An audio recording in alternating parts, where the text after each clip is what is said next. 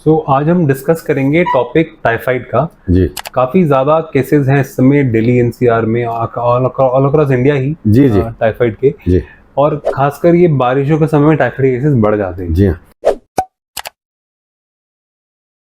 Sir, typhoid के लक्षण क्या हैं? कैसे हम किसी एक फीवर को, टाइफाइड के फीवर को किसी और बीमारी से डिफरेंशिएट करें?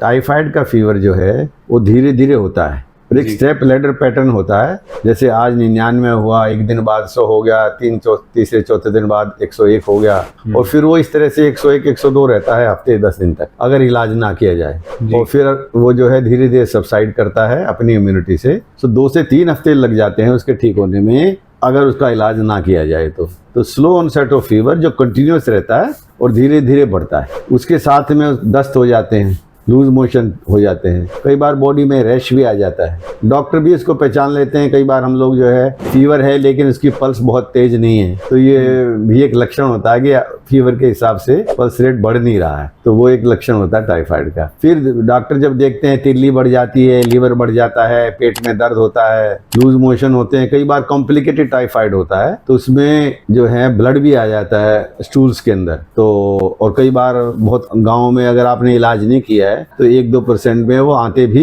छेद हो जाता है, परफोरेशन हो जाता है, उससे सेप्सिस हो जाता है, पेरिटोनाइटिस हो जाता है। तो एक सिंपल केस भी होते हैं और कॉम्प्लिकेटेड केस भी होते हैं टाइफाइड में। जी।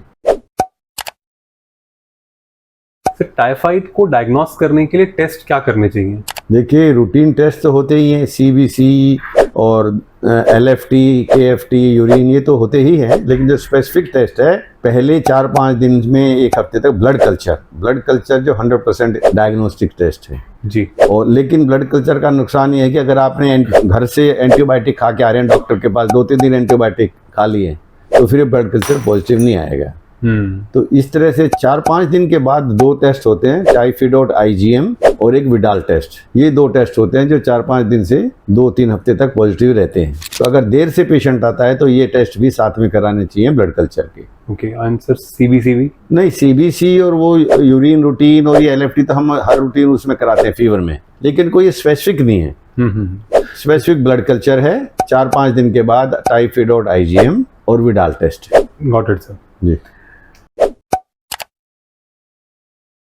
सर, एक बार टाइफाइड डायग्नोस होने के बाद में उसकी ट्रीटमेंट मोडालिटीज क्या हैं सर हमारे पास? देखिए, एक तो पेशेंट आराम करे घर पे, ऑफिस नहीं जाना जी। दूसरा, सॉफ्ट डाइट ले, ज़्यादा मिर्च मसाला, चिकनाई, घी मक्खन खटाई ना ले। तीसरा है लिक्विड्स और इलेक्ट्रोलाइट्स खूब ले, ORS, फ्रूट जूस, नारियल पानी, शिकंजी एटसेट्रा जी। और तीसरा है कि फिर वो दवाइयाँ जैसे बताई जाएं उस तरह से ले। एंटीबायोटिक का कोर्स होता है, यूजुअली 10 दिन तक होता है, कई बार 14 दिन तक भी हम एक्सटेंड कर देते हैं। जी जी। सो वो बेसिकली अपने डॉक्टर से कनेक्ट करके वो अपने डॉक्टर से कनेक्ट करे, कंसल्ट करे, और वो डॉक्टर जैसे ट्रीटमेंट दे वो रेगुलर लेना पड़ता है। लंबा इलाज चलता है, 10 दिन से 14 दिन एंटीबायोटिक्स लेनी पड़ती हैं। ठीक।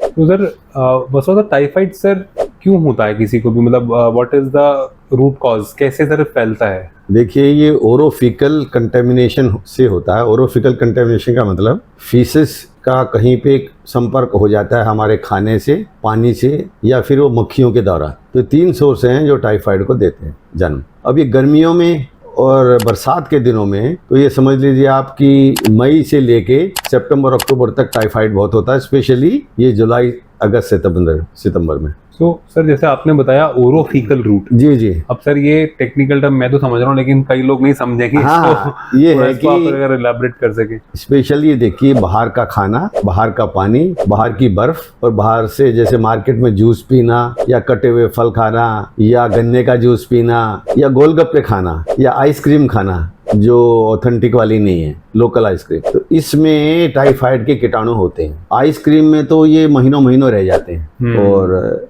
इस तरह से ये अगर हम सेवन करते हैं तो टाइफाइड हमारे हो जाता है।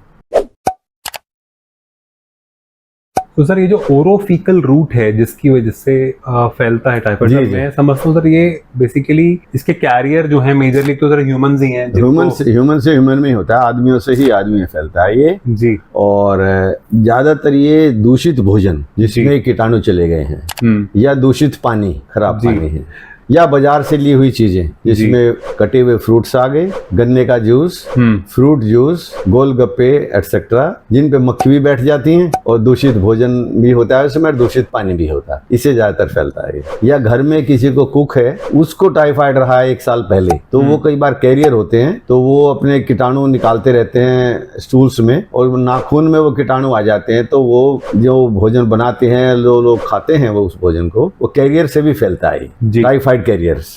जी जी